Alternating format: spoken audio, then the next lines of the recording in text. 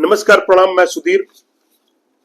जब 11 अप्रैल 2025 को नरेंद्र मोदी बनारस के अपने 50वें दौरे पे थे और बाबतपुर एयरपोर्ट पे जब उनकी फ्लाइट लैंड की, तो लैंड करने के दौरान उनकी अगवानी के लिए भाजपा के नेता, वरिष्ठ नेता तो लोग थे ही, प्रशासन की तरफ से 3 अधिकारी थे, जिसमें 2 आईएएस और 1 आईपीएस थे। और वह जब एयरपोर्ट से बाहर आने लगे तो नरेंद्र मोदी जी पहली मुलाकात इन 3 अधिकारियों से किए, जिसमें एक कमिश्नर लेवल के अधिकारी जो डिविजनल कमिश्नर है कौशल राज शर्मा जी, वो थे। दूसरे जो आईएएस थे रामालिंगम जी, जो बनारस के आईएएस हैं। और तीसरे जो थे मोहित अग्रवाल, जो कि बनारस के आईपीएस हैं। इन लोगों से जब मोदी जी मिले तो सबसे पहले मिलकर उन्होंने पूछा कि उस 19 साल की लड़की का हालचाल कैसा है। यह बात सुनते ही तीनों अधिकारी मैंने एकदम शंकाओं से घिर गए और आनंद फानन में एक जवाब दे डाला कि अभी उसकी हालत ठीक है और बहुत ही अच्छे कंडीशन में है। पुलिस जांच कर रही है और जो भी अपराधी इसके पीछे हैं उनकी गिरफ्तारी बहुत जल्दी हो जाएगी। मोदी जी को इस बारे में जानकारी पाके अधिकारी बहुत ही परेशान महसूस करने लगे कि यह इतनी बड़ी घटना हो गई कि नरेंद्र मोदी यानी देश के प्रधानमंत्री भी इस क्वेश्चन मार्क लगा के इसको पूछ रहे हैं। घटना कुछ ऐसा ही है, इतना बड़ा ही है। प्रधानमंत्री जब आश्वस्त हो गए तो वह फिर आगे के अपने कार्यक्रम को बढ़ाए और अधिकारियों को यह क्वेश्चन हो जाने के कारण पुलिस और तेजी से इस मामले में अपना छानबीन और प्रक्रिया तेज कर दी। अब आपको बताते चले कि यह घटना कौन थी, वह लड़की कौन थी। वह एक बनारस की लड़की थी जिससे लगातार 144 घंटे तक बलात्कार होते रहे। 23 लड़के उसके साथ पारापारी बलात्कार करते रहे बनारस के जगहों जगहों पे, जिसमें से 6 कैफे और 3 होटल शामिल है। और इसमें टोटल जो गुनाहगार है वो 23 है।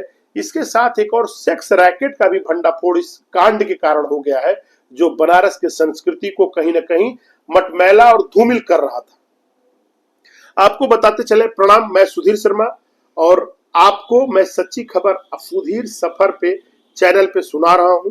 और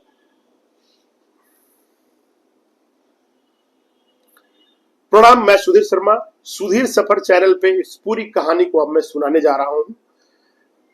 बनारस के लालपुर, जो कि पांडेपुर में पड़ता है, वहां खजूरी ग्राम एक पड़ता है। वहां का निवासी जो कि टेम्पू ड्राइवर था, उसको सुबह 4 अप्रैल के दिन थाने से फोन जाती है कि तुम कहां हो, आओ, तुम्हारी बेटी हमें मिल गई है। ड्राइवर फोन पे और बात करना चाहा, तब तक थाने से फोन कट गया। ड्राइवर दौड़ के अपने पत्नी के पास गया, उसको बताया कि हमारी बिटिया मिल गई है। और हस्बैंड वाइफ दोनों दौड़ते हुए थाने पे गए। थाने पे जाके उन्होंने देखा कि उसकी लड़की चुपचाप एक महिला कांस्टेबल के साथ बैठी है। पिता बार बार उस लड़की से पूछता रहा कि कैसी हो, तुमको यहाँ कैसे आ गई। और माँ भी बार बार उसको पुचकारती रही सीने से लगा के, लेकिन लड़की बेसुध पड़ी रही। ऐसा महसूस हो रहा था कि वह कुछ नशे की सेवन कर रखी है या नशीला पदार्थ ले रखी है। लड़की को पुलिस वालों ने बोला कि आप इसको घर ले जाइए, इसको आराम की जरूरत है और जब ये ठीक हो जाएगी तो हम लोग इससे खुद मिलेंगे। फिलहाल पुलिस जांच में लगी हुई है कि यह इसकी गति कैसे हुई है और किस हालत से हुई है। लड़की को ड्राइवर और ड्राइवर की पत्नी टेम्पो में लाद के अपने घर लाए। लड़की जैसे खजूरी पहुंची अपने गांव, वहां सोशल मीडिया और अन्य तरहों के माध्यम से तरह तरह की बातें निकल के आने लगी। लड़की से मिलने जब उसका बाप जाता था तो लड़की सिहर जाती थी, उसकी सांसें तेज होने लगती थी। वह जब धीरे धीरे 48 घंटे बाद उसका नशा छटना चालू हुआ तो माँ पुरुषों की एंट्री पे पाबंदी लगा दी थी कि किसी भी तरह का कोई पुरुष इस लड़की के पास नहीं आएगा। 48 घंटे बाद वह अपने माँ के पास बैठ के सारी कहानी बताने लगी कि उसके साथ इन 4-5 दिनों में 144 घंटों में हुआ क्या क्या है। वाकया आपको बताते चले कि 29 मार्च को एक लड़की जो कि खजरू की निवासी है अपने माँ से बोली कि माँ, मैं किताब खरीदने जा रही हूँ और किताब खरीदने के बाद मैं अपने सहेली के पास जाऊंगा और हम आ जाएंगे टाइम से घर पे। माँ के पूछ के जब लड़की मार्केट को निकल गई तो मार्केट जाते वक्त लड़की जब समय अधिक हो जाने के कारण भी घर नहीं आई तो उसके माँ बाप परेशान होने लगे। और एक दिन बीत जाने के बाद यानी 30 तारीख बीत जाने के बाद उसके घर वालों ने थाने में जाके गुमशुदगी की रिपोर्ट दिखा दी। कि मेरी बेटी 19 मार्च को गई थी घर से बाहर, लेकिन अभी तक आई नहीं है और कहाँ है, हम लोग को बहुत डर लग रहा है। अब आपको बताते चलें कि लड़की अपने सहेली के पास जब जा रही थी, यह वाकया वो अपने माँ से बताई कि जब लड़की सहेली के पास जा रही थी तो रास्ते में उसको एक लड़का मिला जिसका नाम था राज विश्वकर्मा, जो उसके साथ स्कूल में ही पढ़ रहा था, यानी कि जिस स्पोर्ट कॉलेज में वो पढ़ती थी। राज विश्वकर्मा उसको लंका कैफे पे ले गया है और वहां उसको नशे की गोली देके रात भर उसके साथ गलत काम किया। नशे की हालत में जो राज विश्वकर्मा था, उसके बाद समीर नाम का लड़का उसको हाईवे रोड की तरफ लेके चला गया, हाईवे की तरफ, और हाईवे पे जाके उसके साथ पूरी रात गंदा काम किया। उसके बाद उसको नदेसर लाके छोड़ दिया। तारीख बदल गई, अब हो गया 31 मार्च। 31 मार्च को आयुष नाम का लड़का उसको कॉन्टिनेंटल कैफे ले गया और वहां पे उसको नशा दिया। फिर आयुष, सोहेल, दानिश, जहीर बारी बारी से बलात्कार करते रहे, हवस के दरिंदे। और लड़की, अब 1 अप्रैल आ गया, अब यानी कि डेट फिर बदल गया। 1 अप्रैल को साजिद, मतीन ये गर्ल्स हॉस्टल में छोड़ने का बहाना लेके नशा का फायदा उठा के फिर साजिद ने उसके साथ बलात्कार किया। फिर उसको वहां से औरंगाबाद में ले आके मुंह काला किया गया। इमरान नाम का लड़का मिला जो नशीला पदार्थ खिया के 2 अप्रैल को उसी हुकुलगंज थाने के पास लाके छोड़ दिया। वहां चाउमीन में उसको नशे की गोली देके 80 घाट पर ले आके छोड़ा गया, उसके साथ गलत काम करके।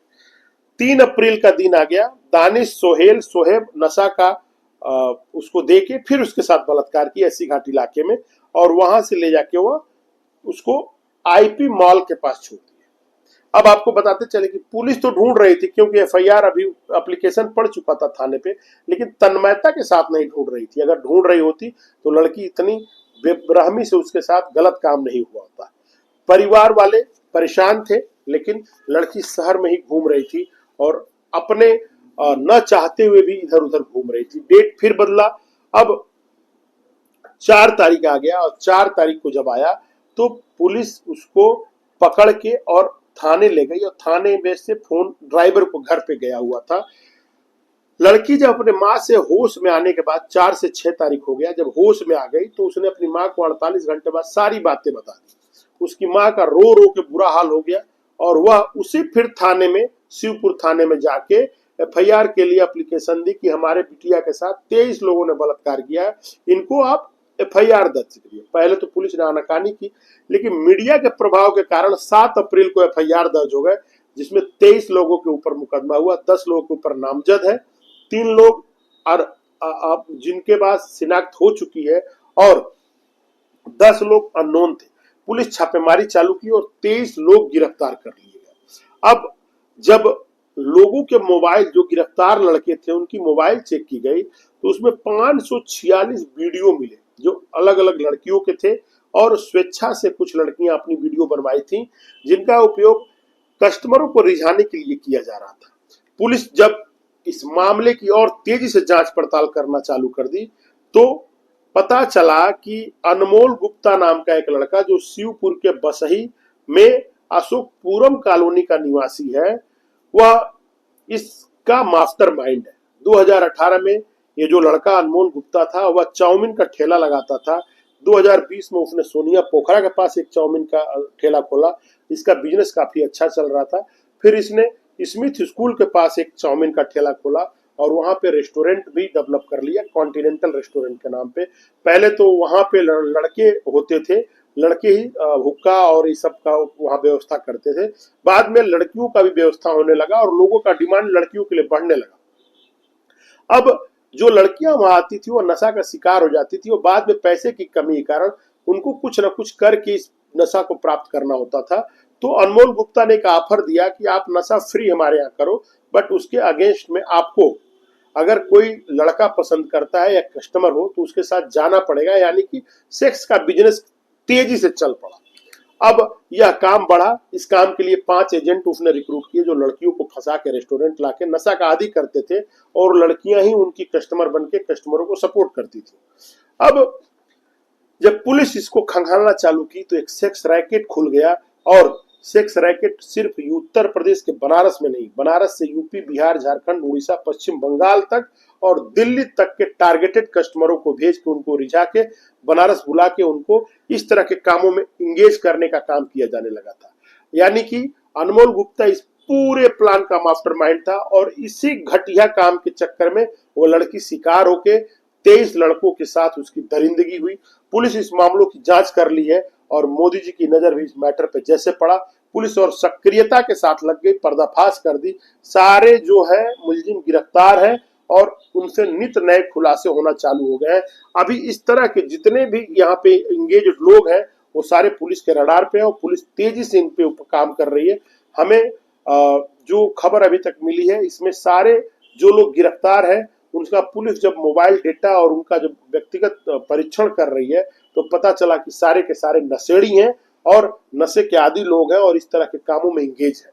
फिलहाल लड़की को न्याय मिले यही कामना है और आने वाला और किसी तरह का घटना ना हो इसके लिए पुलिस इस तरह के लोगों को शिकंजा कसना चाहिए, इस तरह के अवैध हुक्काबारों को बंद करना चाहिए और इस तरह के अनकल्चर्ड वर्क को रोकने की कोशिश पुलिस के द्वारा की जानी चाहिए।